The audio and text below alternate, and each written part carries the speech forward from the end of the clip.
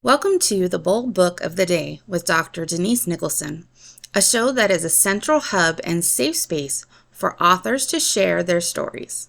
The Bold Book with Dr. Denise begins now. Hey everyone, welcome to Bold Book of the Day. My name is Dr. Denise Nicholson, and this podcast is for anyone looking for inspiration. Today's episode is with Dr. Brandy Florence. Let me tell you a little bit about Dr. Brandy Florence. Dr. Brandy Florence, I met at the Dynamic Women's Retreat in the Bahamas. And Dr. Brandy Florence is a wonderful speaker and inspirational. She's doing so many wonderful things. I had to get her to be a part of this anthology that we're doing this series on. Let me tell you a little bit about this girl, okay? She's amazing. Dr. Brandy Florence has over 15 years in healthcare operations, working in various roles ranging from consulting to performance improvement. She's now working in her current role as hospital administrator. These roles have led her down many paths where she has experienced her own journey through the power of resiliency. She was born and raised in Los Angeles, California, where she still currently resides. She obtained her doctorate from the USC in the year 2020. Dr. Brandy Florence is also the published dissertation author of Missed Opportunities: Lack of Advancement of African American Females into Senior Executive Healthcare Leadership. She is now a professional certified life coach who specializes in resiliency. She helps her own clients navigate through their journey of resiliency in the areas of relationships, life, career, and education. Through her program, you will learn how to make resiliency your normalcy.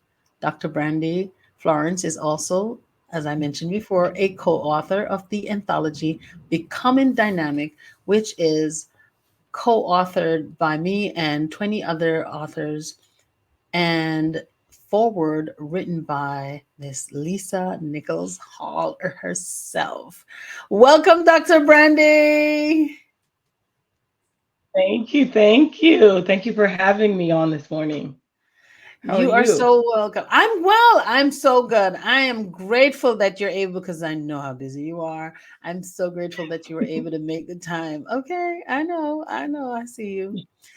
So, the, please tell us a little bit about what got you interested in becoming dynamic, this anthology. Oh, wow. So it started with a few phone calls from you. I came back. We were so on fire about this trip, and the trip was just life changing. And so many things happened on that trip that was just, I couldn't even explain it when I came home. So I remember the emails and the phone calls started coming out about, let's all get together and write a book. And the idea sounded great. And I'm going to be honest with you, it became intimidating in the sense of I didn't feel like my story was as dynamic as some of the other women after being on this retreat and hearing what they shared. And it's like, what do I really have to share compared to what I heard? So I know that I was on every call, I was listening, I was ready, but I kept making excuses about writing or what story or missing the deadline. So it was almost like a self sabotage for myself until one day we were on one of the calls, and I remember who it was who said, "Just write the story. The editor will fix it." Because it was like I was overthinking, I was making it perfect, and the story that's in the book isn't even the initial story. I don't even remember what the initial story was, but that was never one that I thought was a story. And I think it was the most impactful story that needed to be shared that I didn't even realize it needed to be shared at that time. Thank you so much for being a part of this and for just letting go and being vulnerable. As women, I find that we overthink every single Mhm. step, especially when we get the opportunity to advance or to collaborate. We don't see our value because, just like with the butterfly, I like to use this analogy because the butterfly doesn't see how graceful and how beautiful it is. It is just being. So you're just being. You're just doing the things that Hmm. you know will help Hmm. you to get from this goal to the next goal, from point A to point B. And you're just being. But we who are watching, or others who are watching, younger women who are coming up, they're looking and seeing how to become, how to be graceful, how to shine, how to show your value, how to be helpful, how to give value. And so you don't see the benefits of the things that you're doing, but someone behind you, they're watching and they need to see that. So I'm so grateful that you took the opportunity, because you presented such a beautiful, eloquent, and well written chapter. Tell us a little bit more about your life growing up and how you became this resilient woman. Oh, interesting. I think it had to do with I was always the oldest grandchild. I was the oldest grandchild on one side, and I was the oldest granddaughter on another side. So I was like not my my brother always joked, you're the golden child, like, so I think I was the first one. I don't know if that was the first test dummy, I don't know. So I just feel like over the years being the oldest one, I always felt this need to make sure I did it the right way, or I would hear what the other ones did, and it's like I don't want to do that. So I think this story really was when it became I had to be this perfect kid or perfect granddaughter, whatever perfection I was trying to become, because I remember being after being like the apple of my grandparents' eye, or the one that went on vacation, and the good kid, and then I got in trouble and it was a big thing, and it shifted something in me that I didn't even realize, like that caught me on this tunnel vision. I don't want to be the first one to live with my boyfriend. I don't want to be the first one to come home pregnant. I don't want to be the first one. So it just in me, I created this. I had to do it right, and everything had to be done, like the Bible, in decency and in order. But it also created this. I missed out on a lot because I was so focused on becoming what everybody else wanted me to be, or what I thought Mm, everybody else wanted me to be. right. So, I mean, that was where I think it was. So it just became literally tunnel vision. I mean, this happened when I was like 12. I graduated high school at 16. I knew I wanted to be a doctor, and that was it. I didn't have a backup plan. I didn't have a plan B. I was just going to be a doctor. I wanted to be a cardiologist. And when I didn't pass the MCAT, I was devastated. And I had a cousin that said, go back to school, get your master's degree. You can be the doctor's boss. I was like, that's a job? And that was it. So it literally, for the last however many years, that was the vision. It was go to school, get this degree, get this job. Like you were saying, I was just being. I was just being. Yes, yes. But in all of that being, you were becoming the woman you are today. Mm-hmm. This Yes. strong, beautiful, you like your title. This was your self-discovery. And you guys must read this chapter. It's in the book Becoming Dynamic. We are so excited to present to you the dynamic stories of women rising to greatness despite their circumstances. And Dr. Brandy's story was written in chapter 8, My Journey to Self Discovery. And it's really a must read. I can't tell you too much about it because I want you to get the book and get it. And, you know, and learn from it. Gleam whatever it is for your life. We're all different, but you read the story and see what stands out for you. What can you glean for it that can make you the woman that can be resilient, discover herself, be strong, and design her life the way she wants it, the way her creator wants her to be successful, brilliant, beautiful as a leader, and leading people into the future. She wanted to be a doctor. She is a doctor. She's not a physician, but she is a doctor, and she's now the boss's doctor. You just have to keep going no matter what, right, Brandy? Yeah, you just have to keep going and just learn to pivot and be okay with the shifts that are going to happen, because as my aunt always says, life is going to life. Like Yes. it's not this straightforward. We have it in our mind and things are going to happen. So how do you respond when things happen? yes, it can be a setback. I always say I'll have my 5 minutes of my pity party, and then it's like, okay, what do we do?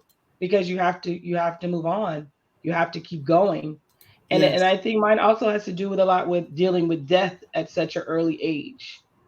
Because Mm, after the story in the book, my grandmother passed away, and that was yes. just like you got to keep moving. And I mean, that could just be the dynamic of my family. Death happens, it is, but life does go on. Yes. So you process it, you deal with it, but you still have to go on. So Yes. it's like, what do you do? How do you pivot? And don't be afraid to just, I guess, start over. And keep going. Yeah, start over. And like you encountered the death of your grandmother, and at that young age, it was really shocking. There's so many young people that, like myself, when I was young, I lost both parents. So many young people, that is a reality for them. You Hmm. lose a loved one, and what do? You can't just stop or halt, especially at this young age. But what do? You remember them and live through their memories, like the things that they wanted for you, the things that they prayed for you, the things that they couldn't achieve, but now you have the opportunity to achieve. You live through them. You live through the things that they desire for you, not trying to please people, but to reach for the goals that they couldn't even dream of because it wasn't Right, an option for them. right, The things that we have as options to us, to go to school, to be a physician or a doctor, get a doctoral degree.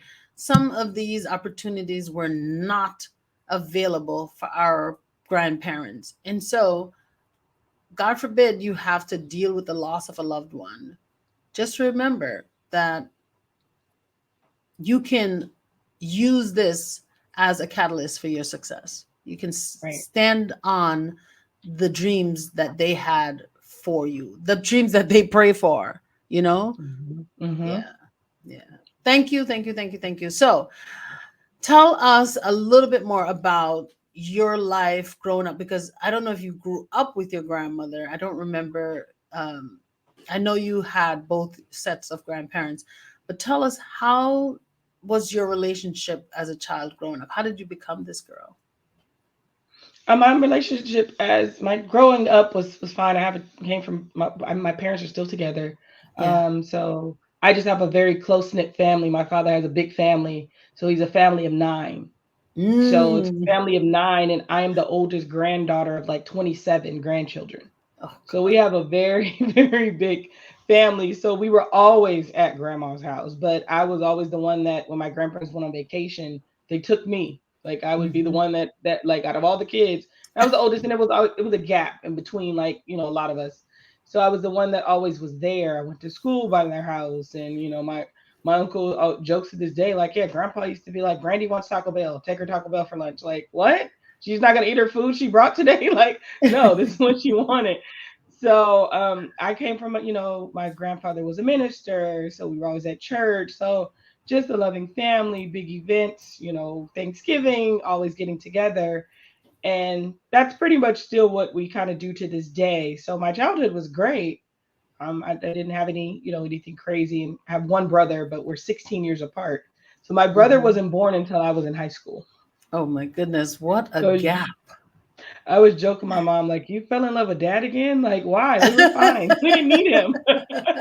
I was like, what? He was 1 years old and I was in college. Like, this is a gap for you guys, for real. What's your favorite childhood memory?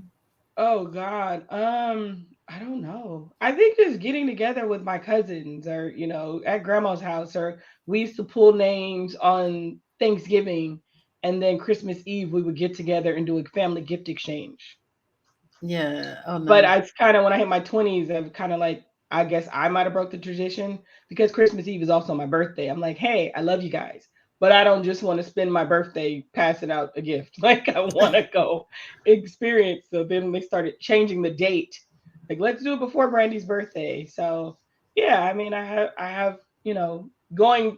I guess the traveling or going to the Alabamas and the Louisianas. So I know the family history and the culture of it, versus some of my cousins, they're like, we've never even been there. Yeah.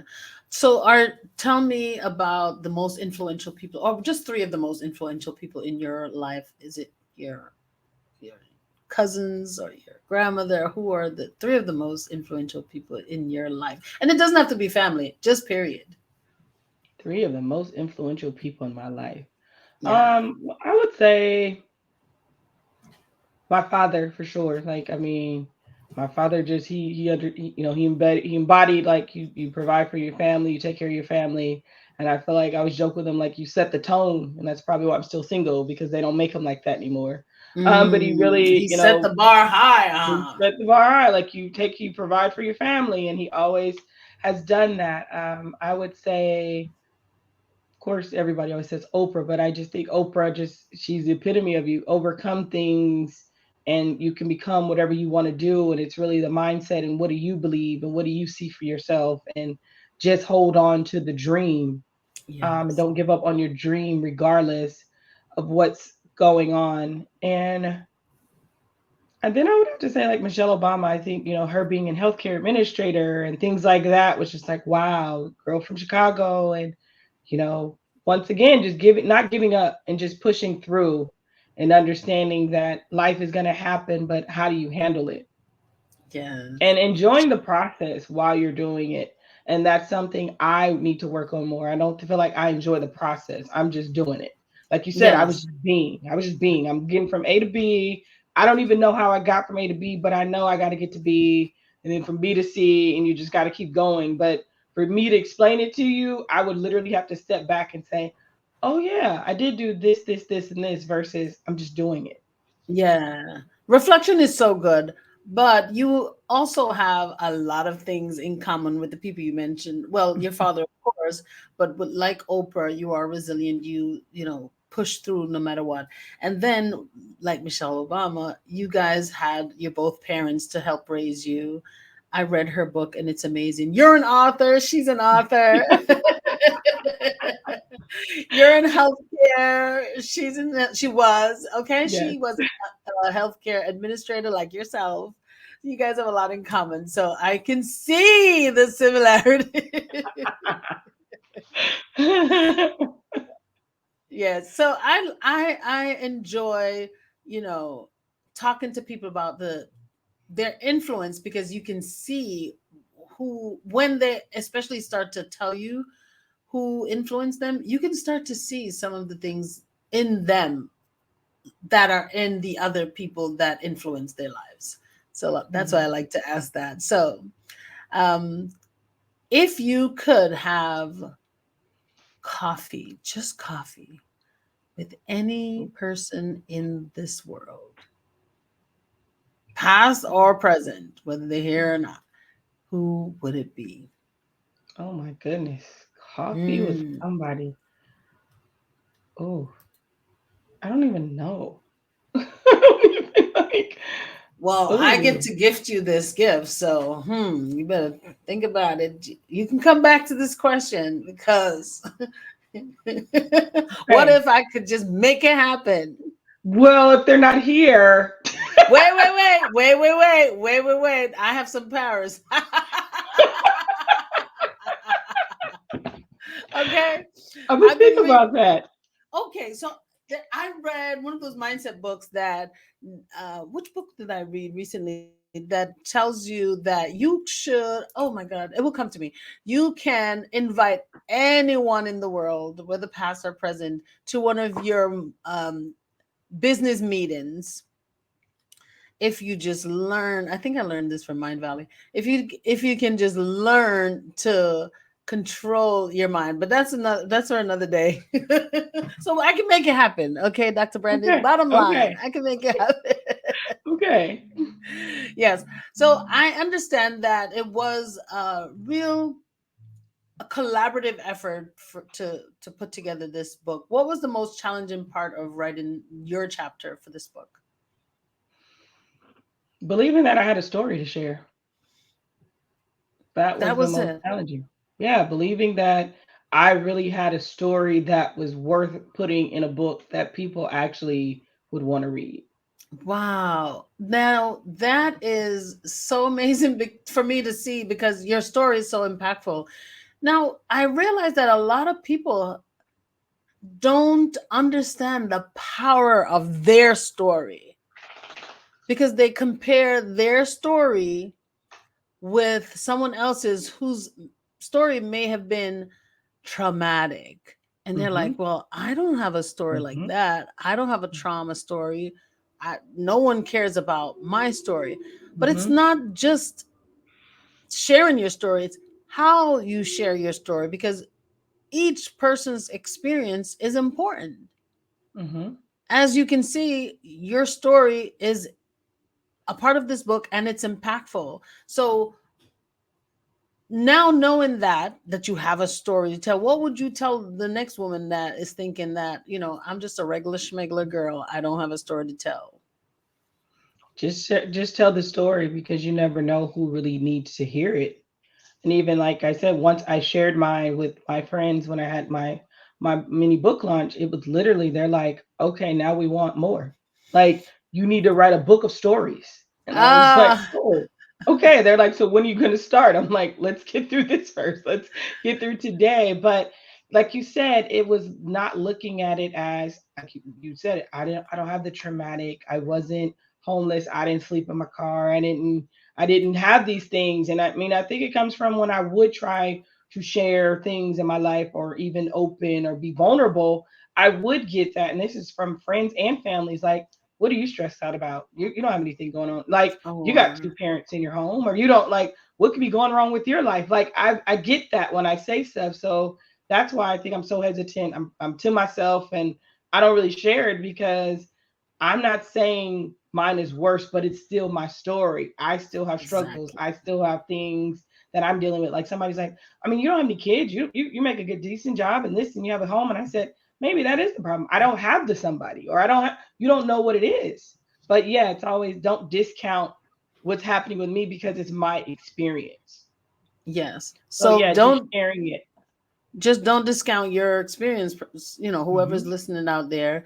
It is meaningful and it can be impactful to someone, and each story really have value. So don't discount your story. There's power Right. in your story.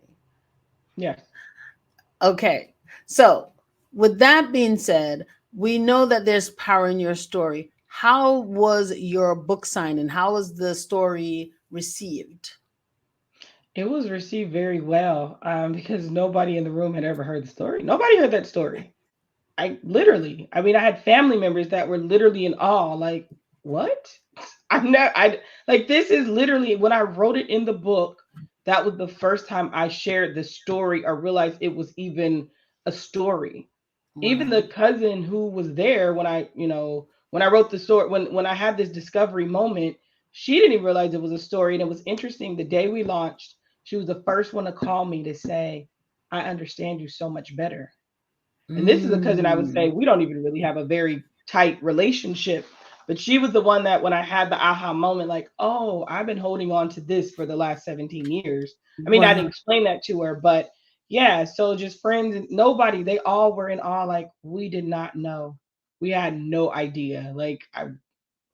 So yeah, it was well received and just hearing their feedback or their stories or even them just pouring into me about things I've done for them and I'm just doing it. I'm not even thinking about why I did it or how it was impactful. Like I had a friend like, oh, I had an event and Brandy drove 2 hours by herself up to the mountains by herself just to come be like, and I'm just what I do. But Yeah. yeah, hearing from them, being poured into is something that I'm like, ooh, still, I got to learn to just receive it. So, but it was well received and it just made me say, okay, it's time to really step out and see what's to happen. And even Ooh. just writing the book, I didn't Hmm. even really tell anybody I was writing the book. I just was writing the book. Yes. My one of my assistants from work, she's the only person that knew I was writing and launching a book. My boss, So I remember, I everyone took was off a day of shocked. work. Yeah, I took a day off for work, and my boss, I came the next day. She said, "Hey, what'd you do yesterday?" And I said, "Oh, I launched a book." She was like, "What? When did you write a book? What are you talking about?" And that's my problem. I always mention it so like in passing. Nonchalant. And well, it's Nonchalant. okay to mention it in passing because it's nice to surprise people, but you underplay yourself too much when you're not bold about your accomplishments. Yes. I interviewed for a job, and that's exactly what the doctor told me.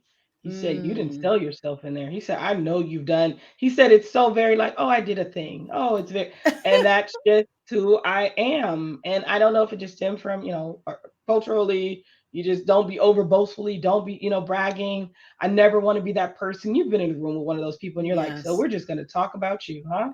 Like, not in a, like I never want to be that person, but Yes, I yes, gotta be that person. I yes. have to.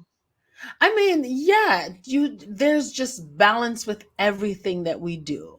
So we expect you to be more bold from now on and putting yourself out there because your story, you're sharing your story and you're saying from people coming to your book signing and your book launch, there was a connection. There were some people saying, "Hey, I understand you better now." That was one of your Mhm. cousins. She Mhm. felt some kind of connection. When you share your story, you really open the door to connect with other people and allow them to connect with you. Right. Right. So, yeah. And opening the door for a connection, it helps to break stigma sometime because someone doesn't understand you, they will start to think about whatever is going on in a certain way. Mhm. But sharing your story can help break down stigmas, especially social stigmas, and just create more awareness for important things. Like we talk about, you were saying how some people were saying you don't really have a story, you have two parents. Now, not because you have both parents in the home, that doesn't mean you don't have issues. Mhm. you Right. know yeah, it doesn't mean there are no issues in that home. And it doesn't mean that I can't speak up, about what's going on in my life and share my story and have it be, told where I can, reflect and see how have I grown. How have I grown? So thank you for sharing and just keep pushing, keep putting your story out there because by sharing your story, you are giving another person permission to share their story. And Right. that's a big deal.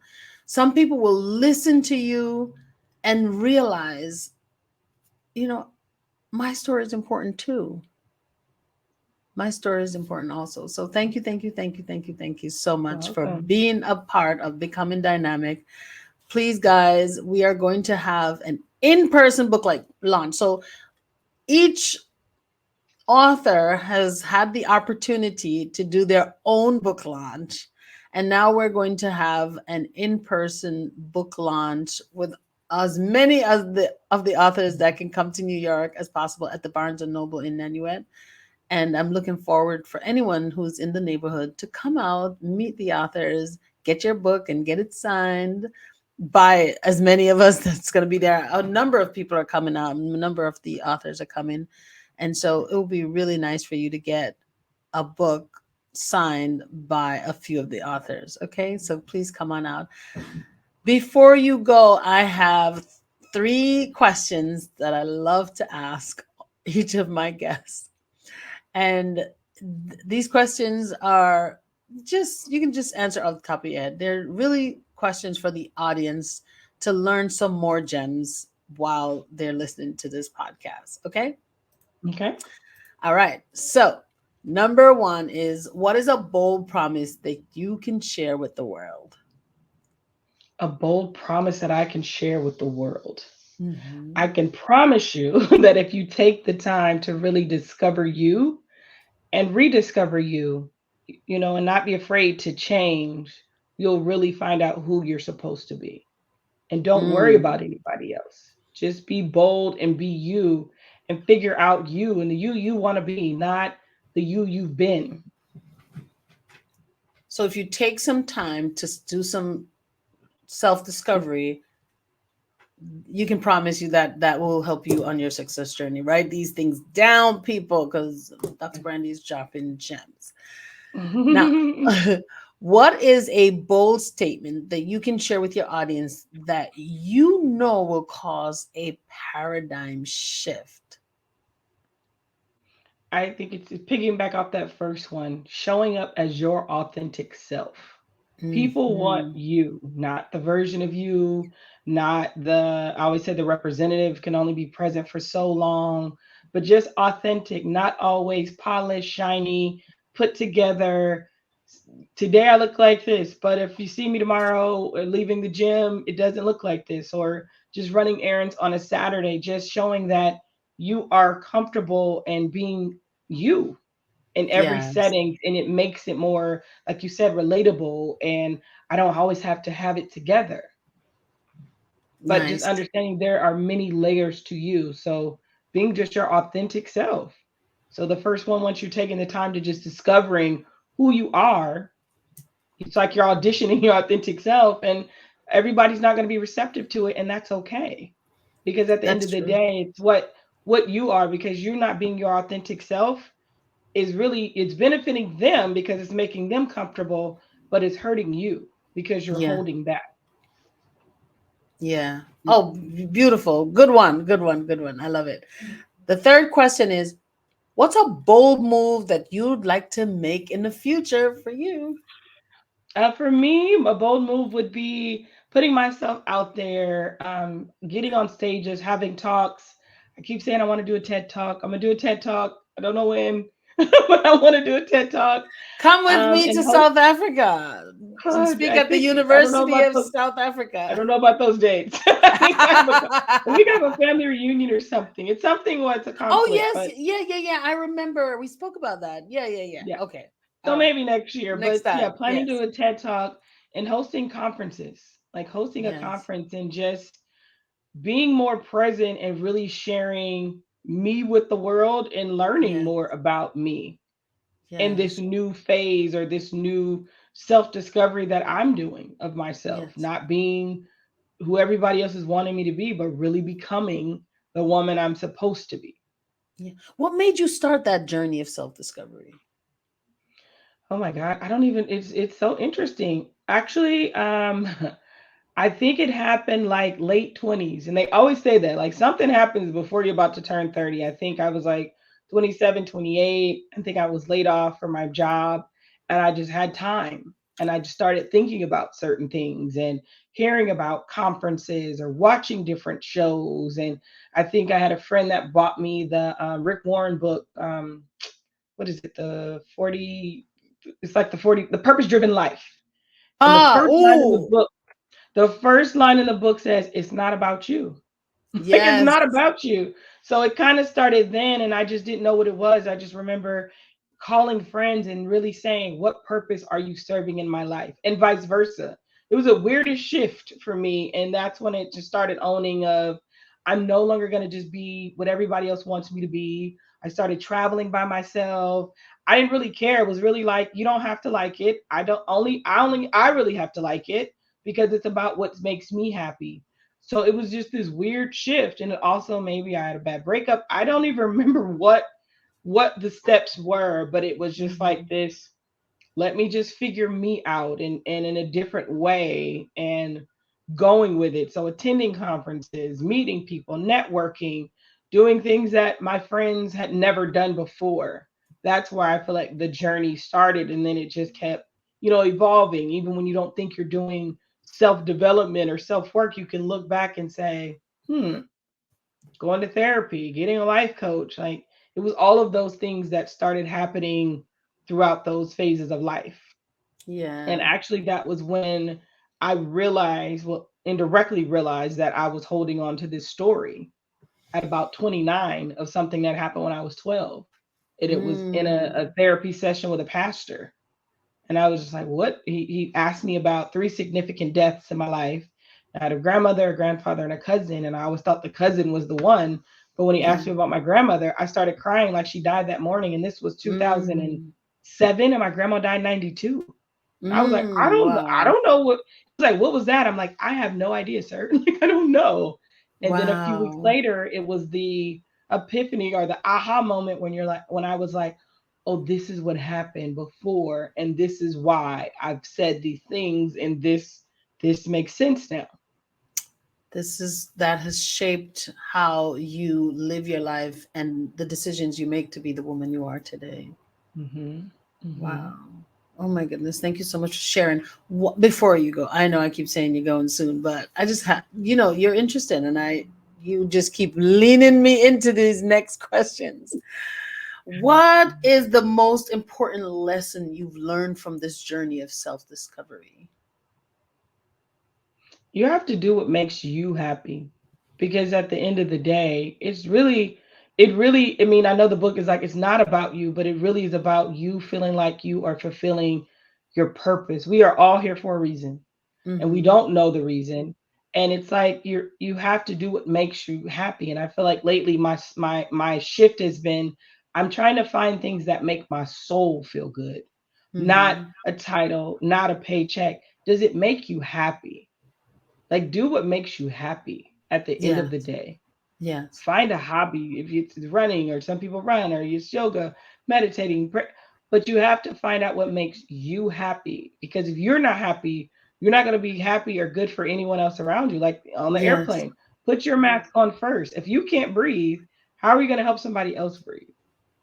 But And the some people power of feel no, I the have, power of no. Oh God, that is strong. That's good.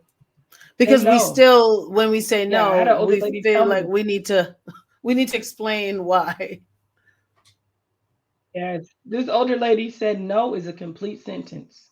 It Yes. was like, whoa, it's no. And I used to I'm feel with like I her. had to explain, if I wasn't gonna come, I would try to break my neck to go to the baby shower, the bar mitzvah, the wedding, the all in one day, because I told you I was coming, and now I'm just like, yeah, I don't think I'm gonna make it. And that's Yeah. it. I'm not, because I'm tired. I'm tired, and I'm just gonna And you tire don't have to myself say that out. part. You just need to say Yeah, no, no. I'm I'm just not saying, like, coming. it's me being in tune, like, yeah, I'm not, like, I paid for like a networking event the other day, but my body was like, no. Yeah. So I'm not gonna make it. Like, I needed the rest. Yeah. You know, you said that one of the most important lesson you learned was that, to find something that makes you happy. A lot of people think that happiness comes from other people. What if you don't Mhm. believe that you can find something that makes you happy? I don't. It's just taking the time. A lot of people don't want to deal with them, and I think that's the Mm. scary part. In mine, Ooh, ooh. I Why was are you joking with my hitting people mother, this and it morning? maybe it was maybe I was an only child for 16 years, so I was my only friend a lot of the time. So I am okay with being by myself. And a lot of Mm, people are not, they're not okay with being by themselves. They got to be with crowds, they got to be with people, and they are looking for those external things. And usually you're mm-hmm. getting disappointed because you have this idea of what you're looking for. When that person can't give it to you, Yes. then you're left. But you got to find it with yourself. But people don't want to sit still and deal with them, because when you deal Mm. with you, you really got to have those real conversations and call yourself out. Wow. So I love that. A lot of people just don't want to deal with themselves. That's a hit. no. Learn to deal with yourself. Know that happiness comes from within. External, people can't make you happy. External things can't make you happy. Only you can make that decision to be happy. And until you believe that, you will not find the peace and the joy that you want in this world, because you're looking for happiness to come from the outside in. And like Dr. Brandy Florence just said, you know, you have to learn to be with yourself, like yourself. Okay. So that's your first homework. Go learn to be with yourself. Thank you so much for coming and being a part of this Becoming Dynamic series.